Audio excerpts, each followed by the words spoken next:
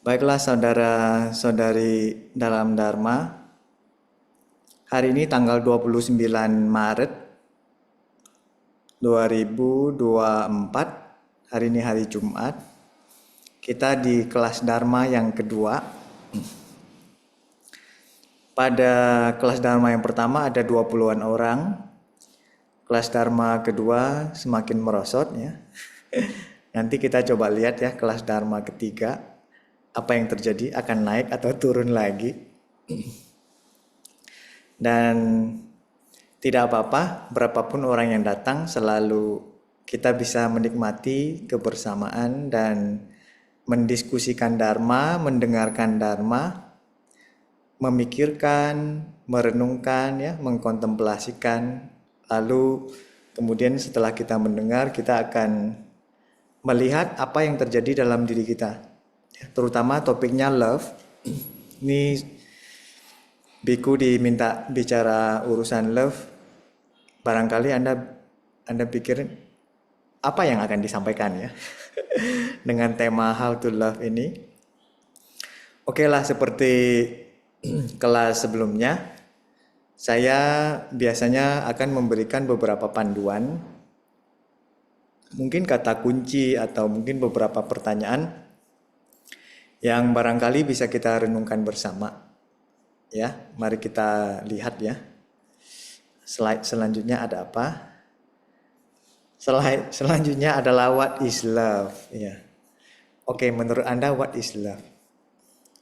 Anda boleh bantu saya ketik di chat. Ya. Di sebelah kanan Anda ada fasilitas chat. Coba Anda bantu saya untuk menjawab what is love. According to you ya, menurut Anda apa itu love? Apa saja boleh ya, tidak ada benar, tidak ada salah. Saya tunggu ya, belum ada. Ini pada tidur kali ya. Ada yang menjawab perasaan yang kita miliki kepada seseorang. Oh, berarti love itu perasaan ya. Love is feeling. Oke. Love itu salah satu jenis emosi. Oh, emosi ya. Saya setuju ya. Ada yang menjawab love is cinta kasih. Oke. Ada lagi yang menjawab love is perasaan kasih. Ada yang menjawab love take and give ya. Ada ambil, ada memberi ya. Kayak bisnis ya. Bisnis ada take and give ya. Oh bukan. Kalau bisnis ada buy and sell. Ada beli, ada jual ya. Ada lagi bilang love is rasa suka, kagum terhadap seseorang. Oke, betul ya. Terima kasih atas jawaban Anda semuanya. Saya setuju. Semua jawaban Anda ada yang menjawab perasaan ya kepada seseorang ya. Kalau perasaannya kepada setangkai bunga, perasaan cinta, love kepada suatu lukisan, apakah itu love ya? Apakah objek dari love kita itu selalu manusia atau boleh sesuatu? Mungkin ada orang bilang I love pizza, itu juga love loh ya. Itu love juga. Dan kalau menurut psikologi memang ada yang bilang love itu adalah sejenis emosi ya. Cuman kadang-kadang di Indonesia emosi ini langsung dikaitkan dengan yang negatif ya. Emotion ya dalam bahasa Inggris sebetulnya dia berkaitan dengan feeling ya. Emosi itu sebetulnya tidak negatif juga tidak positif, tapi dia hanya berupa suatu gejala ya, suatu perasaan. Jadi cinta itu berarti perasaan ya. Jadi ketika Anda mencintai seseorang berarti Anda ada perasaan kepada dia ya. Tapi perasaan ini adalah perasaan khusus ya. Kalau perasaan pada normalnya ya, pada umumnya ya itu mungkin tidak bisa dikategorikan sebagai love kali ya. Jadi love ini adalah suatu perasaan khusus ya, lebih spesifik. Oke, pertanyaan pertama Anda sudah menjawab dengan oke menurut saya, walaupun sebetulnya kalau kita mau cari definisi macam-macam ya. Kita bisa dapat definisi dari ini menurut pujangga tertentu, menurut kitab suci, menurut orang-orang terkenal, ya bisa juga ya. Banyak yang mendefinisikan cinta.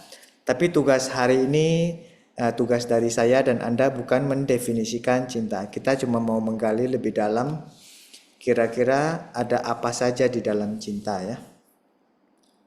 Atau love ya. Oke, kalau menurut Anda, sepengetahuan Anda, kira-kira cinta itu ada jenisnya enggak? Jenis-jenis cinta itu ada apa aja? Ya.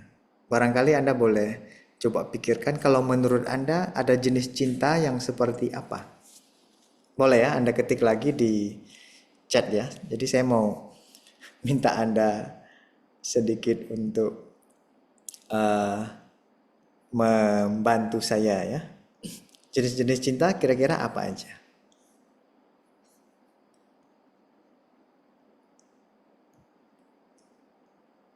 Saya tunggu ya sebentar ya. Ini belum ada yang jawab ini. Jenis-jenis cinta ada cinta apa aja? Menurut Anda loh ya. Nanti ada versi menurut saya juga ya. Cinta menurut versi saya. Silakan, ayo. Jenis-jenis cinta ada apa saja? Sudah belum?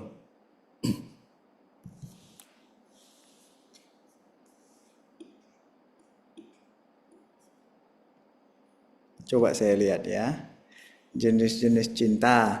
Ada cinta lewat pikiran. Mantep. Cinta lewat pikiran. Oke, bagus ya. Ada cinta apa lagi? Saya tunggu. Ada cinta lewat ucapan ya. Wah, saya belajar tentang cinta hari ini ya. Bukan Anda belajar dari saya, tapi saya belajar dari Anda ya. Ada cinta melalui tindakan. Wah, indah sekali ya. Gak sia-sia ini ya. Ini yang hadir pada malam ini. Ada cinta lewat pikiran, ada cinta lewat ucapan, ada cinta lewat tindakan. Wah, bagus sekali ya. Ada yang bilang cinta orang tua ya, cinta ortu, cinta kepada sahabat, orang terdekat. Orang jauh nggak perlu dicintai berarti ya. Ini kan cinta kepada sahabat, cinta kepada orang terdekat ya. Orang terjauh nggak usah dicintai berarti ya. Cinta kepada pasangan. Yang bukan pasangan nggak usah dicintai lah ya. Cinta sesama ya. Cinta sepasang kekasih boleh ya. Semuanya menurut saya benar ya. Karena memang cinta itu sebetulnya memang banyak jenisnya ya. Coba saya mau ini saya mau kembalikan sharingnya ya. Coba saya tes lagi ya. Share. Oke. Tadi kita sudah bicara tentang how to love ya. Jenis-jenis cinta ya. Jenis-jenis cinta ada apa aja? Ya kalau menurut saya ya. Ini Anda boleh setuju boleh tidak ya, nggak apa-apa ya. Anda boleh setuju atau Anda boleh tidak. Menurut saya ada cinta keluarga ya. Ketika kita lahir ada cinta. Ya, di dalam keluarga, cinta kepada ibu, bapak, kepada saudara kandung, ada cinta sahabat, ada cinta romantis. Cinta sahabat sama cinta romantis beda ya. Dan yang keempat ada cinta universal. Ya. Jadi sebetulnya saya hanya merangkum dari beberapa sumber yang sebetulnya menyebutkan sebetulnya ini adalah logika yang sederhana tentang jenis-jenis cinta. Ya, jadi suatu hal yang sangat logis sekali ketika Anda dilahirkan di dalam suatu keluarga, ya. Ketika Anda dilahirkan di dalam suatu keluarga, berarti Anda didatangkan ke dunia ini ya dengan cinta, dengan kasih sayang, ya. Kenapa demikian? Ya, ketika ibu Anda mengandung, ya, kemudian dengan cinta kasih merawat, makan, merawat badan, menjaga kesehatan Anda agar Anda bisa terlahir dengan baik, ya. Itu sudah jelas-jelas adalah sebuah cinta. Jadi ketika Anda dalam kandungan sebetulnya Anda sudah merasakan atau mendapatkan sesuatu yang namanya cinta. Ya. Barangkali Anda tidak bisa ingat kali ya. Mungkin Anda susah untuk ingat tentang cinta seperti apa sih sebetulnya yang Anda terima waktu Anda masih di dalam kandungan. Benar kan? Susah sekali bagi Anda untuk membayangkan. Ya. Tapi ketika barangkali kalau misalnya Anda bertanya kepada mama ya, atau papa, atau ayah, atau ibu, barangkali mereka akan menyampaikan sesuatu kepada Anda tentang cinta yang mereka berikan. Minimal ada yang namanya kasih sayang ya, yang lebih murni dari seorang tua. Ya, jadi itu rasanya adalah suatu dasar, paling dasar cinta yang kita terima. Barangkali itu adalah cinta Anda yang pertama. Ya, menurut saya loh ya. Barangkali banyak orang akan bilang, oh cinta saya pertama adalah ketika saya di SMP atau SMA, ketika pertama kali menemukan pasangan kekasih. Karena ketika kita bicara cinta, biasanya kita langsung berpikir tentang cinta pasangan. Ya. Padahal ada cinta orang tua yang sebetulnya, atau kasih sayang ya, boleh saya sebut sebagai kasih sayang, boleh saya sebut sebagai cinta. Ya. Cuman cinta ini kadang-kadang terbesit dalam pikiran adalah cinta seorang pasangan. Ya. Sehingga cinta itu seolah-olah artinya jadi menyempit. Ya. Sebetulnya cinta ini adalah suatu yang sangat luas. Cinta yang Anda maksud mungkin adalah cinta yang nomor 3 itu ya. Cinta romantis ya. Jadi sebetulnya saya ingin menyampaikan kepada Anda sebetulnya itu adalah cinta keluarga ya, yang pertama yang kita banyak dapatkan. Cuman di masyarakat kita banyak juga ya orang yang tidak mendapatkan cinta dari keluarga ya. Ada orang yang keluarganya banyak masalah ya, sehingga dia kekurangan cinta namanya ya, defisit. Defisit cinta ya. Makanya sekarang banyak orang kelaparan. Kelaparan bukan karena nggak dapat makan, tapi kelaparan karena cinta. Ya. Oleh karena itu dia mencari-cari cinta. Carinya di mana tahu nggak? Carinya di Facebook ya, carinya di Instagram ya. Mencari cinta kemana-mana, kemana-mana selalu mencari cinta ya. Jadi kita ini seperti penggelana cinta ya. Selalu mencari apakah bisa ditemukan. Lalu cinta yang jenis kedua saya ingin sampaikan adalah cinta sahabat ya. Jadi cinta ini tidak selalu harus kita kaitkan dengan romantisme. Ada cinta yang betul-betul persahabatan ya. Itu termasuk cinta juga karena ada kasih sayang di sana. Dan cinta kan tidak selalu harus berlawanan jenis ya. Cuman kalau misalnya nanti Anda bisa salah paham ya. Saya bilang cinta lawan jenis ya, sama cinta sesama jenis ini nanti Anda bisa salah paham ya, bukan itu maksud saya. Cinta di sini adalah persahabatan, kekeluargaan, ya, friendship ya, love dari friendship ya, tidak ada kaitannya sama romantisme ya. Jadi Anda jangan sampai keliru ya.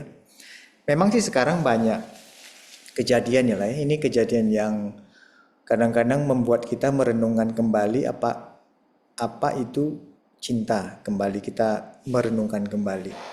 Ya, apalagi sekarang, maaf ya saya harus menyebut istilahnya, sekarang banyak juga ya LGBTQ+ macam-macam ya.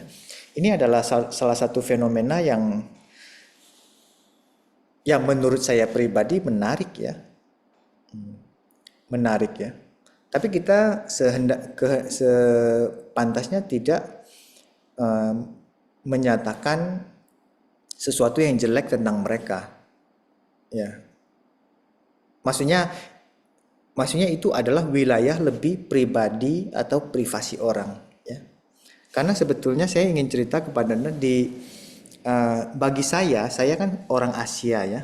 Saya punya background orang Asia dan orang Asia ini sejak kecil, bukan sejak kecil ya, mungkin sejak remaja kita sudah mendapatkan informasi bahwa ya kasih sayang, sayang itu biasanya ya ada sayang keluarga ya, cinta keluarga, cinta sahabat, romantis juga ada, biasanya berkaitan dengan lawan jenis. Itu suatu yang lumrah, yang bagi banyak orang ya. Lalu ketika cinta sesama jenis ya, romantisme ya, cinta romantis ya sesama jenis, bagi saya orang Asia dulu ya saya merasa suatu yang aneh ya. Sampai ketika saya ada suatu waktu tinggal lama di Perancis, saya banyak melihat pasangan-pasangan yang sejenis ya. Bagi saya dulu itu aneh. Bagaimana ini seolah-olah, tapi kan saya tidak boleh mendiskriminasi ya. Karena ada wilayah-wilayah privasi orang tertentu yang siapa sih saya untuk menjudge mereka gitu loh ya.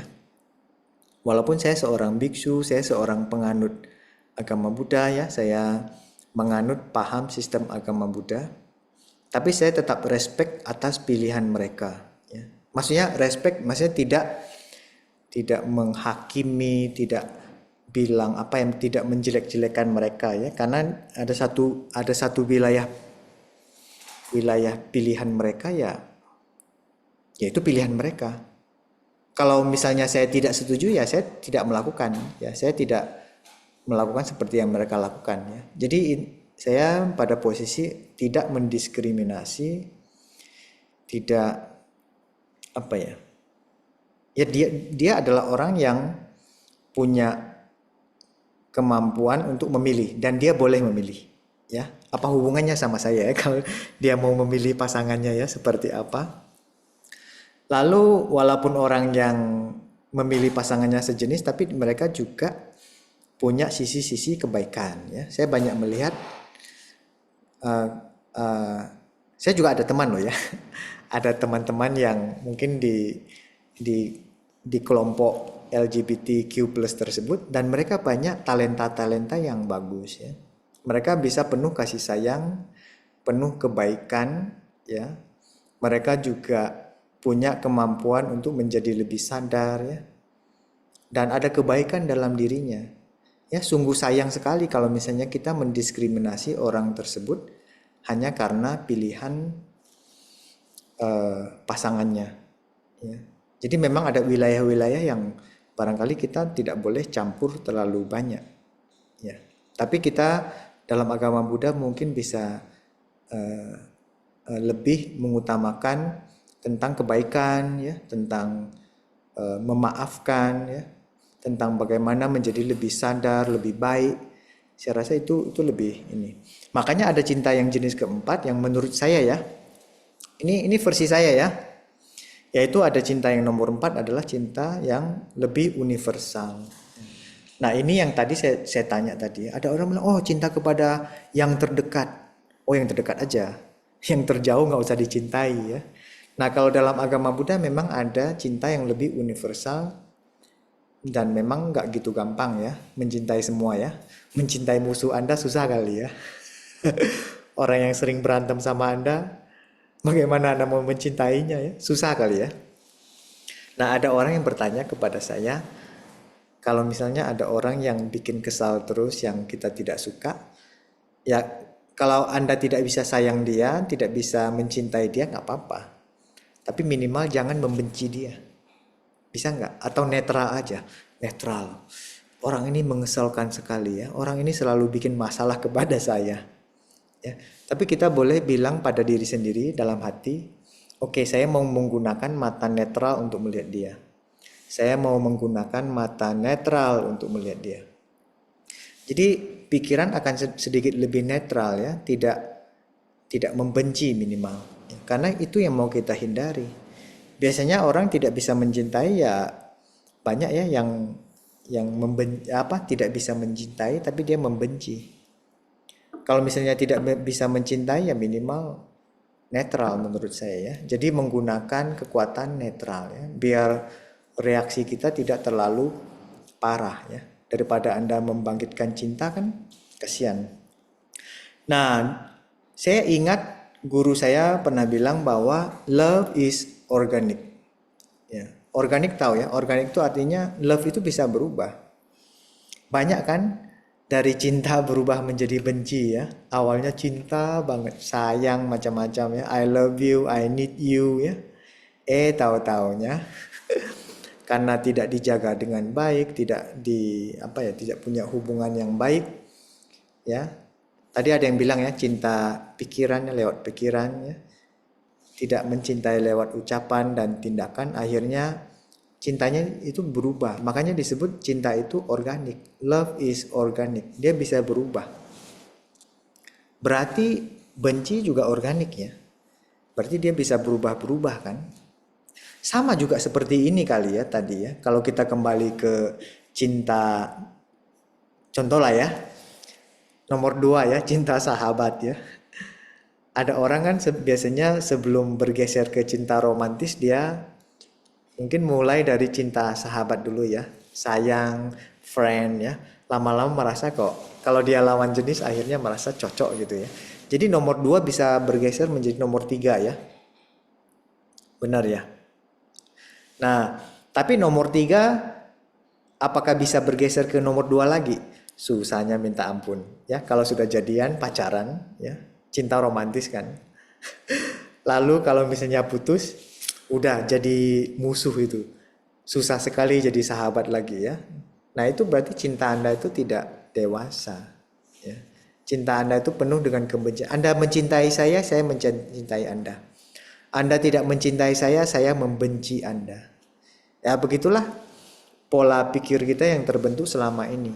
Kalau misalnya sudah putus ya, tidak punya relasi lagi, kenapa kita tidak bisa menjalin hubungan baik sebagai sahabat ya? Susah biasanya ya. Rata-rata orang tidak bisa. Kesian. Jadi kalau Anda harus bisa ya. Dari sahabat mau bergeser menjadi cinta romantis boleh ya. Tapi kalau misalnya cinta romantisnya selesai ya Anda harus jadi sahabat lagi. Ya. Begitu ya. Dan nomor 1, nomor 2 dan nomor 3 ya Anda lihat ya, cinta keluarga, cinta sahabat, cinta romantis semuanya bisa bergeser ke nomor 4. Nah, hebatnya nomor 4 itu seperti samudra yang luas. Jadi cinta keluarga itu seperti sungai mengalir ke nomor 4 ya. Cinta sahabat itu juga sebagai sungai ya, mengalir ke nomor 4. Cinta romantis juga sebetulnya bisa mengalir ke cinta yang lebih universal ya. Jadi tidak terlalu sempit ya, cintanya itu lebih meluas. Ya. Nah, cinta nomor 4 ini cinta universal yang lebih luas. Barangkali banyak agama yang bercerita tentang cinta itu sebetulnya. Dia bilang cinta universal, contohnya mungkin ada Kristiani ya, mungkin di Katolik atau di Kristen. Kadang-kadang mereka juga menyebutkan cinta yang lebih universal. Ya cinta kepada sesama ya, cinta kepada semua. Bukan cuma cinta kepada keluarga saja. Jadi love is organic menurut saya suatu hal yang sangat penting buat kita selalu mengerti. Cinta tidak kita handle dengan baik, dia bisa menjadi hatred ya, bisa menjadi kebencian. Jadi kita harus handle cinta dengan baik. Nah, sekarang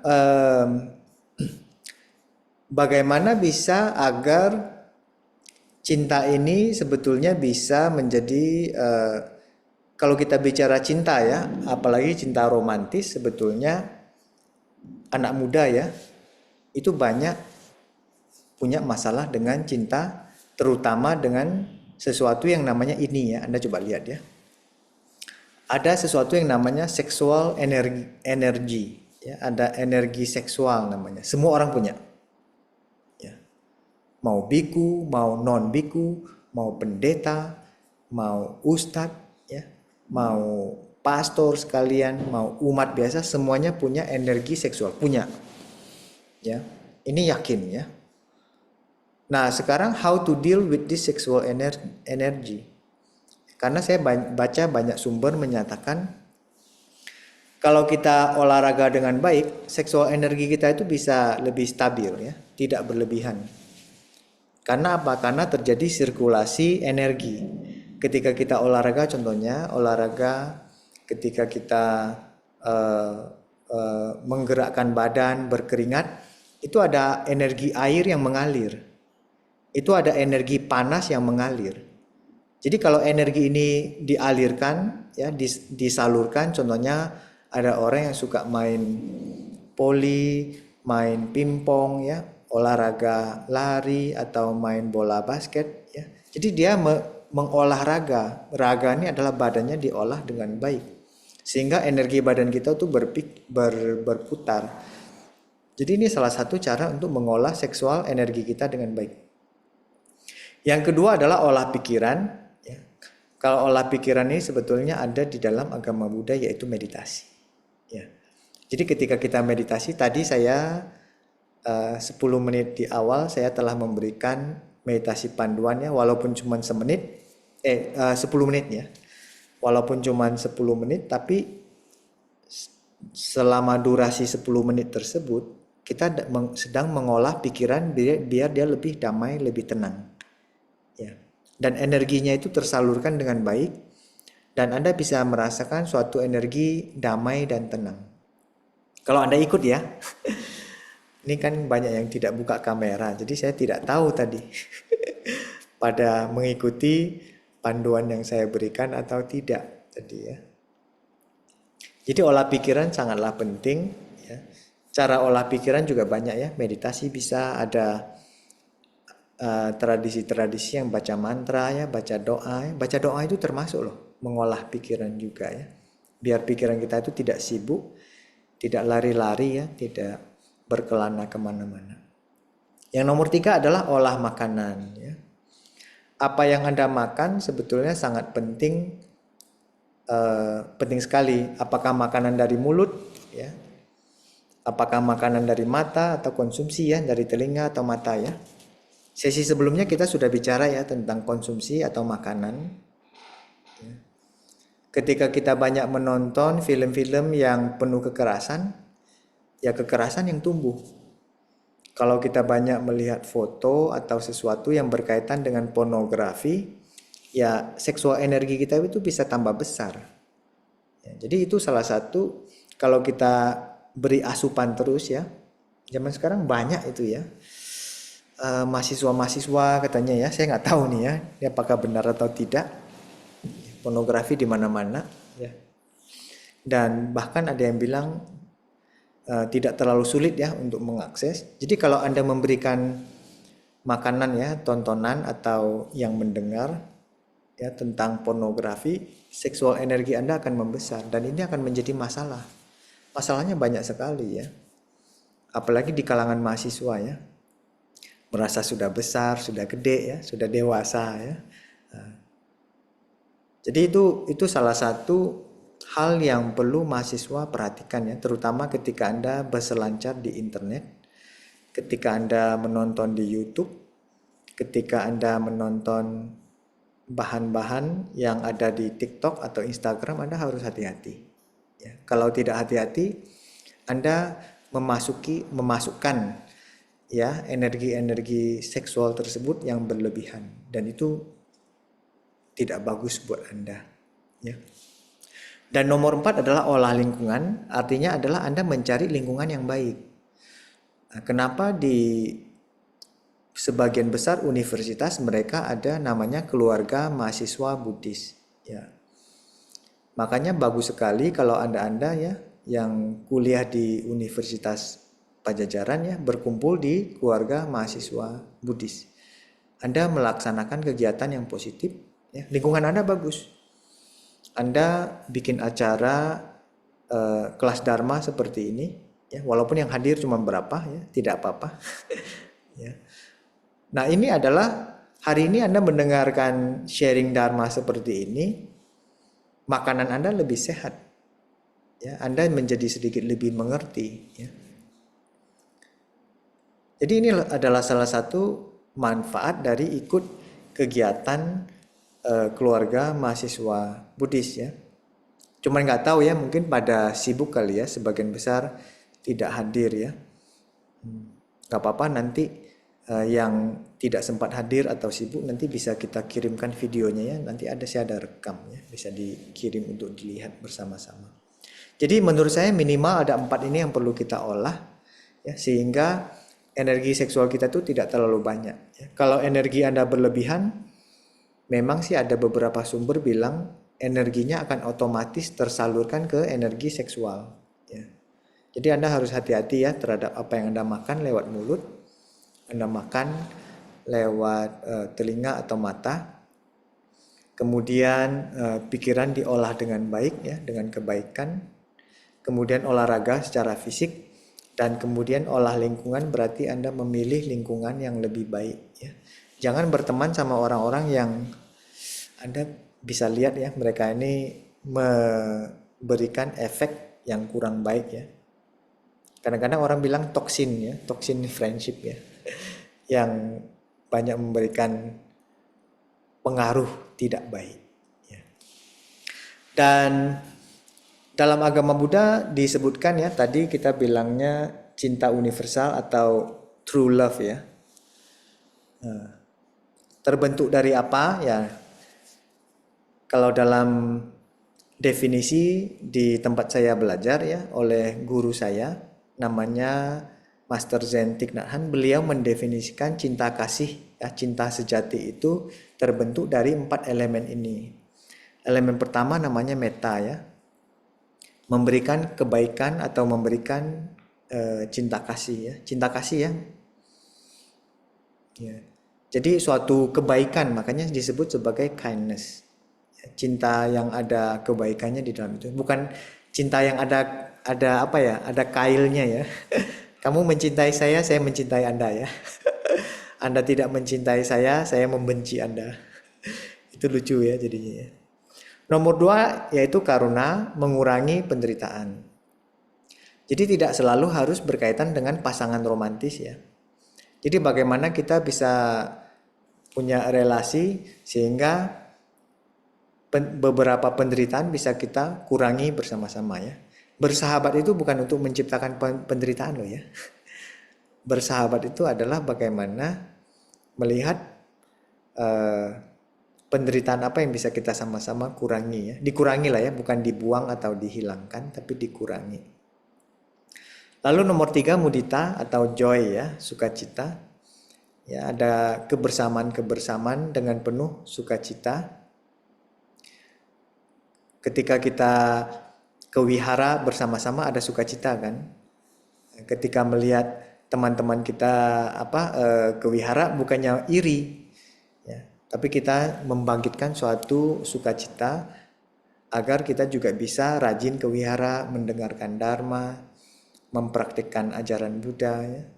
Saya rasa ini lebih positif dan lebih bagus ya. Dan yang nomor 4 adalah UPK atau non diskriminasi ya. Di Indonesia memang UPK ini kadang-kadang terjemahannya macam-macam ya. Cuman di Plum Village, di tempat saya latihan, kita UPK itu artinya non diskriminasi. Non diskriminasi artinya ketika cinta kasih ya kepada semua. Kulitnya warna apapun ada cinta kasih, bisa. Ya, dia tinggi atau rendah ada cinta kasih. Jelek ya, menurut definisi kita jelek, ganteng, cantik ya tetap ada kasih sayang, ada love ya. Kepada pohon ya, kepada tumbuhan, kepada binatang, kepada anjing, kepada kucing ya. Jadi ini adalah cinta kasih yang makanya disebut sebagai yang lebih universal, lebih sejati, tanpa membeda-bedakan, non diskriminasi ya. Kalau saudara Anda sendiri, Anda bisa love ya. Tapi kalau bukan saudara Anda tidak bisa love ya. Memang itu suatu kejadian yang umum. Dalam agama Buddha kita ingin mengembangkan cinta kasih ya. Itu semakin luas dan semakin luas ya. Jadi pelan-pelan menjadikan cinta kasih kita itu semakin luas ya. Sebenarnya itulah yang ingin kita lakukan secara pelan-pelan ya. Dan ketika kita berkumpul seperti ini juga hari ini kita sedang membesarkan cinta kasih ya. Membesarkan kasih sayang ya. Jadi sedikit lebih mengerti tentang cinta kasih. Demikian presentasi singkat saya. Ya, barangkali kalau misalnya ada pertanyaan atau diskusi tertentu, saya rasa lebih bagus kali ya. Jadi kita bisa saling belajar, kemudian juga memberi kesempatan kepada saya untuk menjawab hal-hal yang sebetulnya belum saya cover ya.